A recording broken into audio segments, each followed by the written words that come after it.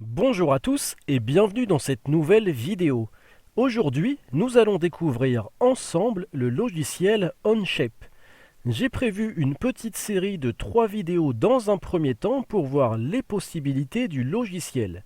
Pour les personnes qui ne le connaissent pas, Onshape est un logiciel de modélisation 3D qui a été créé par les fondateurs de SolidWorks. Une des grandes différences avec les logiciels qu'on a vus jusqu'à présent, c'est qu'il n'y a pas besoin de télécharger ou d'installer quoi que ce soit. Le logiciel est entièrement en ligne avec des mises à jour qui apportent des améliorations régulièrement. Onshape fonctionne comme un drive, tout est au même endroit et s'enregistre automatiquement, et aussi le logiciel permet de travailler à plusieurs et en même temps sur la même conception. Quand on se connecte, on arrive sur cette interface, à savoir que pour l'essai, j'ai eu le droit à une version pro de la part de Onshape, donc il est possible que vous trouviez quelques différences quand vous allez le tester.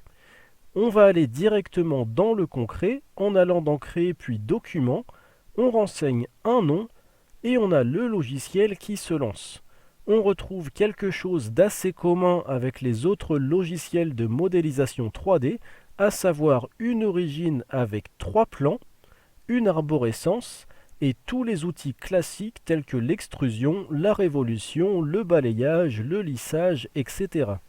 Comme on a déjà pu le voir dans d'autres logiciels, quand je découvre un nouveau soft, j'aime bien le découvrir en faisant quelques formes simples.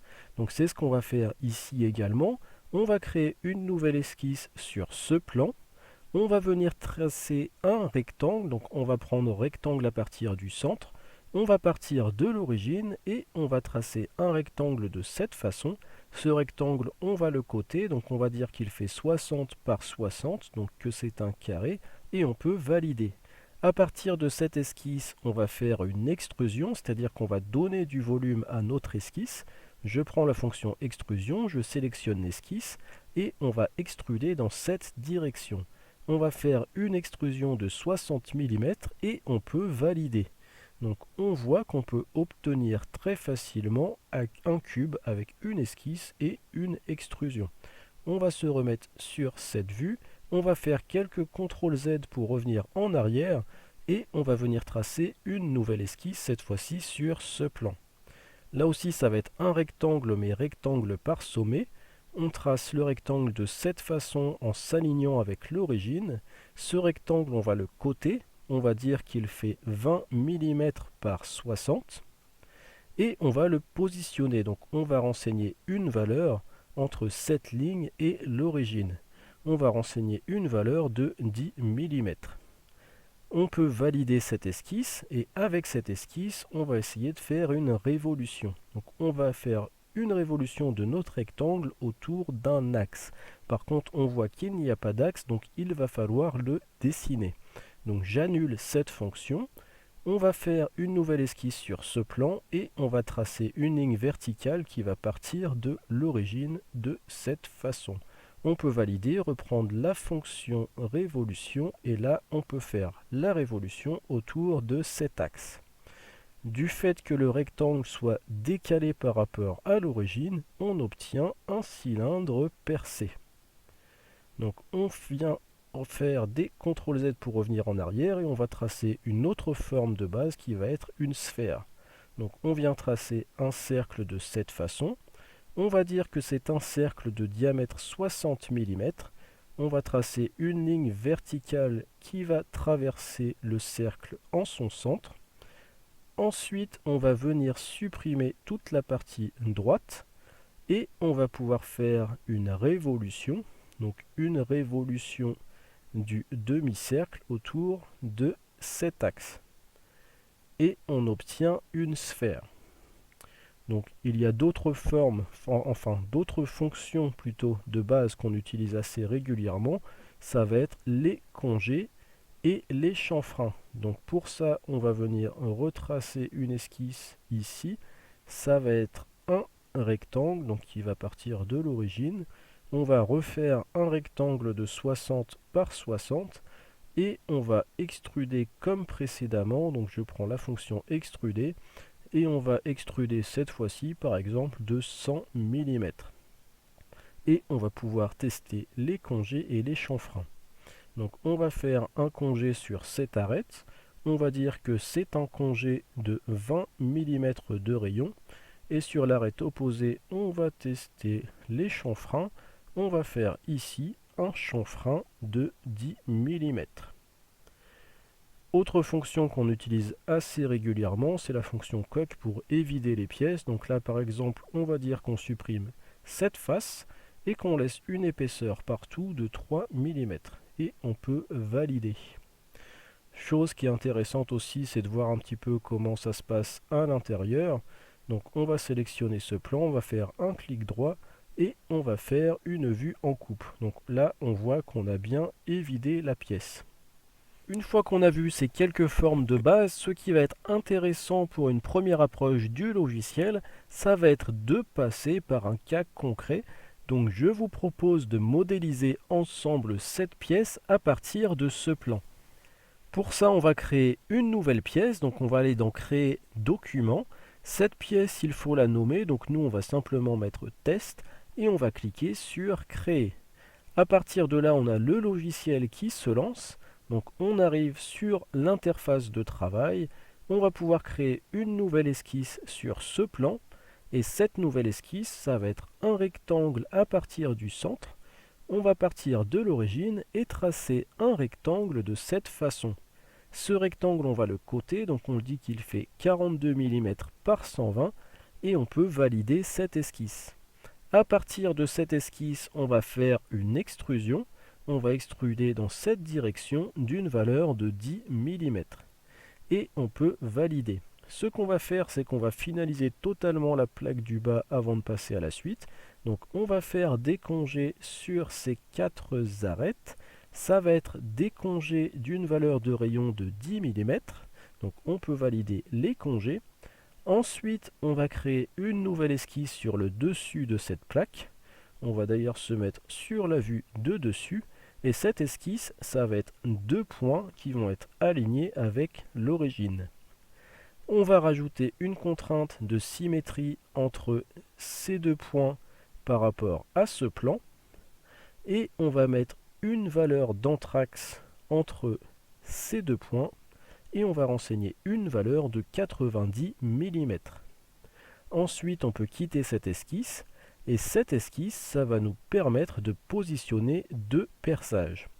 Donc on prend la fonction perçage, on sélectionne la face que l'on souhaite percer, on sélectionne les 2 points, et on va faire des perçages à travers tout d'une valeur de diamètre de 15 mm. On peut valider la fonction perçage et passer à la suite. On va faire une nouvelle esquisse, cette fois-ci sur ce plan, donc sur le côté de la pièce. On se met sur la vue de droite et on va venir tracer un premier cercle qui va être aligné avec l'origine d'une valeur de diamètre de 60 mm. Ensuite, on fait un second cercle concentrique au premier, cette fois-ci d'une valeur de diamètre de 70 mm. On va le positionner par rapport à l'origine et on renseigne une valeur de 105 mm. Ensuite, on peut quitter cette esquisse et à partir de cette esquisse, on va faire une nouvelle extrusion. Donc je prends la fonction extrusion, on va extruder cette forme dans l'autre direction d'une valeur de 44 mm. On va rajouter une seconde direction, donc dans la seconde direction, on va extruder d'une valeur de 6 mm. Et on peut valider. Ensuite, on va faire une nouvelle esquisse sur cette face. On va se mettre en vue de dessus. On va prendre l'outil rectangle et on va tracer un rectangle de cette façon. Ce rectangle, on va le coter, donc ça va être un rectangle de 5 mm par 60 mm. On va rajouter une contrainte de coïncidence entre cette ligne et celle-ci. Et on va venir faire un second rectangle de cette façon. Cette fois-ci, ça va être un rectangle de 5 mm. Et on ne va pas renseigner d'autres cotes. À la place, on va mettre des contraintes. Une contrainte de coïncidence entre cette ligne et celle-ci, et entre cette ligne et celle-ci. On va venir couper le trait qui est ici en commun avec l'autre rectangle, et on peut valider cette esquisse. Et à partir de cette esquisse, on va faire une nouvelle extrusion. Donc je prends la fonction extrusion, je sélectionne mon esquisse, et cette fois-ci, on va extruder jusqu'au prochain. Et on peut valider. Donc là, on voit bien que notre extrusion a pris la forme du cylindre. Par contre, du coup, on se retrouve avec 3 corps. Donc ces 3 corps, on va les unir et on fait valider. Et là, on voit que tout a changé de couleur. Donc tout est en un seul corps. Ça nous permet de rajouter des congés ici. Donc ça va être 2 congés d'une valeur de rayon de 16 mm. On peut valider. Et on va également ajouter des congés ici. On va zoomer sur cette arête et de l'autre côté sur cette arête. Et là, ça va être des congés d'une valeur de 5 mm de rayon. On fait une petite rotation. Et on va venir créer un plan décalé par rapport à celui-ci. On va le décaler d'une valeur de 105 plus 42 plus 14. Et on peut valider. Et sur ce nouveau plan, on va créer une nouvelle esquisse. On va se remettre sur la vue de dessus. Cette nouvelle esquisse, ça va être un rectangle. Donc on va tracer le rectangle de cette façon. Ça va être un rectangle de 28 par 32 plus 3. Et ce rectangle, on va le positionner par rapport au bord de la pièce, donc entre cette ligne et celle-ci. On va renseigner une valeur de 6 mm. Ensuite, on peut valider cette esquisse et à partir de cette esquisse, on va faire une nouvelle extrusion. Donc je prends la fonction extrusion et on va extruder dans l'autre direction et là aussi, on va mettre jusqu'au prochain. Et on peut valider. On va rajouter des congés. Donc je prends la fonction congé. Je sélectionne cette arête et cette arête et on va faire 2 congés d'une valeur de rayon de 14 mm. Et on peut valider. Cette nouvelle extrusion, on va la percer. Donc je sélectionne cette face. Je sélectionne un point qui va être le centre des congés. Et on va faire un perçage de 12 mm à travers toute la pièce. On peut valider. Ensuite, on va venir créer une nouvelle esquisse sur ce plan.